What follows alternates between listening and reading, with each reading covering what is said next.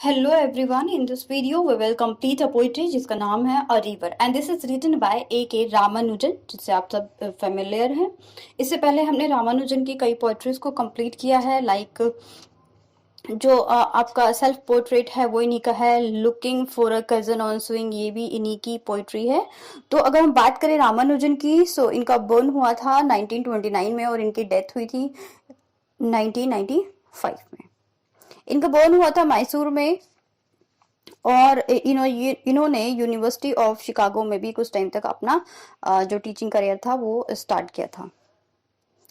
ये अगर हम इसमें बात करें कि जो ये इनकी पोइट्री है अ रिवर, इसमें इन्होंने किस चीज को एक्सप्लेन किया है। अगर हम एक ब्रीफ इंट्रोडक्शन की बात करते हैं तो इस पोइट्री में उन्होंने जो coldness of new poets toward the harsh reality को प्रेजेंट किया है। Because the new poets ignores the reality of the living world.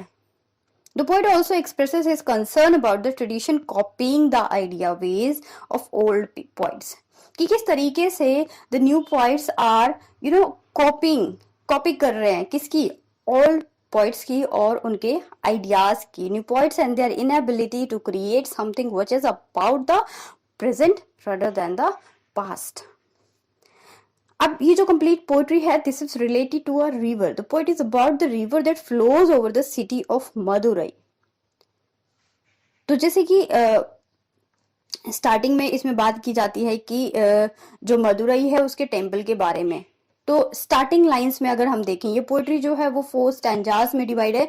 इसमें राइमिंग स्कीम नहीं बनती है, कोई भी राइमिंग स्कीम इसमें प्रॉपर तरीके से नहीं है, तो इसको उसी तरीके से हमें पढ़ना है। लाइन्स इसकी स्टार्ट होती है स्टैंजा 1 में, in Madurai city of temples and poets who sing of cities and temples every summer. It means कि स्टार्टिंग में ही बता दिया कि ये जो रिवर पोइट्री है ये किससे रिलेटेड है, मदुरई से रिलेटेड है।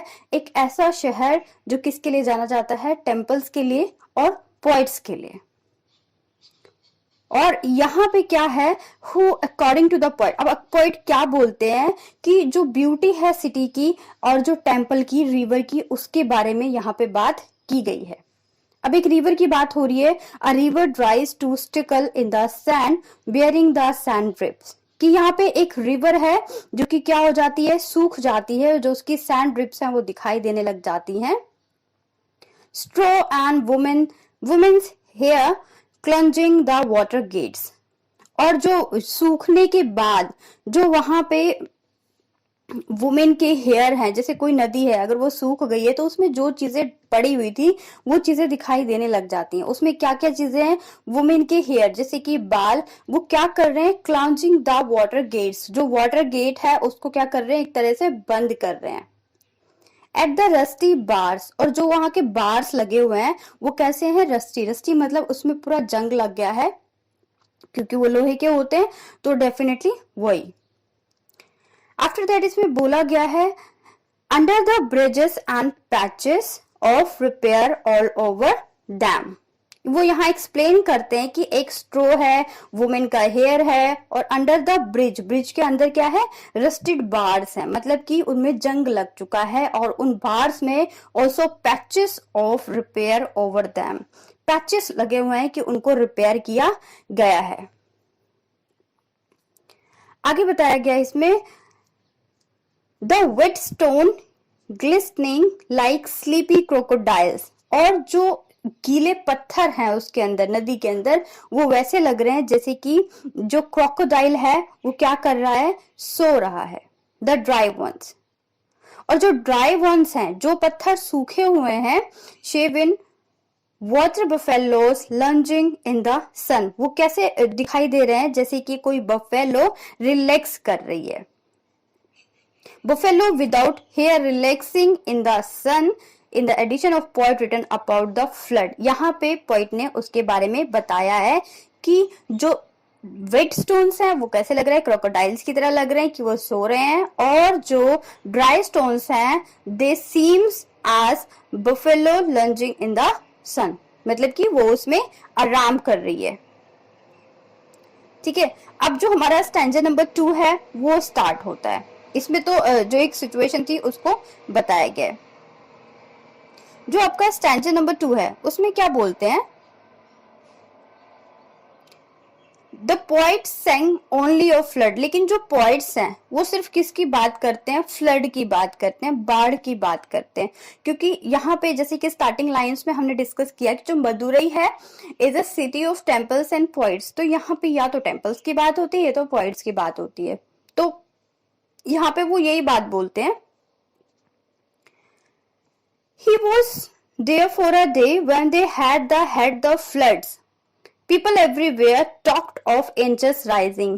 तो यहाँ पे बोलते हैं वो कि एक फ्लड की बात होती है कि एक बार जो फ्लड आई, बाढ़ आई, तो people everywhere talked of inches rising. जो पीपल थे, जो लोग थे, वो किसकी बात कर रहे थे कि कितना इंच जो वाटर लेवल है वो बढ़ा है। राइजिंग मीन्स बढ़ना, इंचेस का मतलब है जो वाटर लेवल बढ़ता है। बोलते हैं ना इतना इंच बारिश का, इतने सेंटीमीटर बारिश हो सकती है, तो इस तरीके से वो इंचेस काउंट कर रहे थे।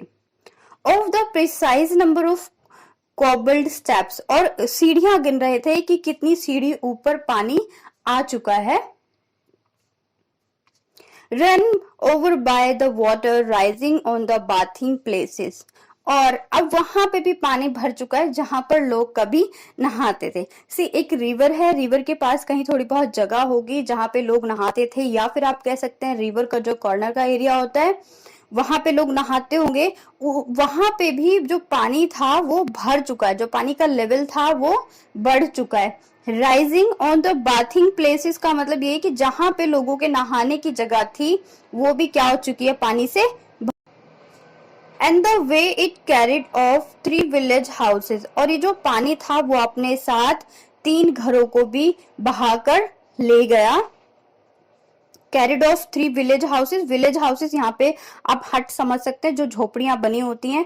1 प्रेग्नेंट वुमेन, एक प्रेग्नेंट वुमेन को भी ले गया। And a couple of cows, यहाँ पे 2 काउस ना लिखकर कपल लिख दिया, कपल मतलब 2, तो 2 गायों को भी बहाकर अपने साथ ले गया है। कौन, पानी, जो फ्लड आई थी उसी में। और उनके नेम मेंशन है यहाँ पे, named Gopi and Brinda as usual. और उन दोनों गायों के नाम क्या थे, गोपी एंड बृंदा। सो ये बताया गया है सेकेंड स्टैंजा में। अब जो इसका थर्ड स्टैंजा है वो क्रिटिक करता है न्यू पोइट्स पे। New poets of that times, वो किस तरीके से काम करते हैं उस चीज को यहाँ पे A.K. रामानुजन ने क्रिटिक किया है। The new poet still quoted the old poet but no one spoke in words, कि जितने भी न्यू पोइट्स हैं that they all are copying, वो पुराने वाले पोइट्स को ही कॉपी कर रहे हैं। जो पुराने ओल्ड पोइट्स ने लिखा था उन्हीं चीजों को दोबारा से लिख रहे हैं। Of the pregnant woman drowned with perhaps twins in her, kicking at the blank walls even before birth. और यहाँ पे वो क्या बोलते हैं, and no one ever talked about the pregnant woman, कोई भी उसके बारे में बात नहीं कर रहा है। किसके बारे में, who drowned with the twins in her belly, जिसकी आप बोल सकते हैं जिसको ट्विंस बेबी थे। who were kicking at the blank walls, अब यहाँ पे जो वॉल्स होती हैं, जो वोम की वॉल्स होती हैं, वहां पे वो किक कर रहे थे। क्यों, क्योंकि उनका बर्थ नहीं हुआ था। They died before coming to the world, वो दोनों क्या हो चुके हैं, उनकी डेथ हो चुकी है इस दुनिया में आने से पहले ही। क्यों, रीजन क्या है, क्योंकि फ्लड में वो प्रेग्नेंट जो वुमेन थी वो ड्राउंड हो गई है, वो बह गई है। कोई भी पोइट जो है वो इस बारे में बात नहीं करना चाहता, जितने भी न्यू पोइट्स हैं। They all coated the old traditional way, और वो सिर्फ और सिर्फ फ्लड की बात करते हैं, उससे हजार्ड्स जो हुए हैं उस चीज की बात नहीं करते हैं। The poet imagines that the twins were kicking at the while escape. बचने के लिए वो किक कर रहे हैं, ऐसा पोइट एक इमेजिनेशन करता है। But couldn't and were ultimately drowned to death with their mother. क्योंकि अगर बच्चा वोम में है, बाहर नहीं आया अभी, तो अगर उसकी मदर के साथ जो भी चीजें होती हैं तो वो सेम उस पर इफेक्ट करती हैं। जब उसकी मदर बह गई, वो प्रेग्नेंट लेडी बह गई है, ड्राउंड हो गई है, तो जो उसके बच्चे थे जो उसके वॉर्म में थे वो भी क्या हुआ, इस दुनिया में आने से पहले ही एक ट्रेजिक इंसिडेंट की वजह से उनकी डेथ हो गई है। Now we have fourth stanza.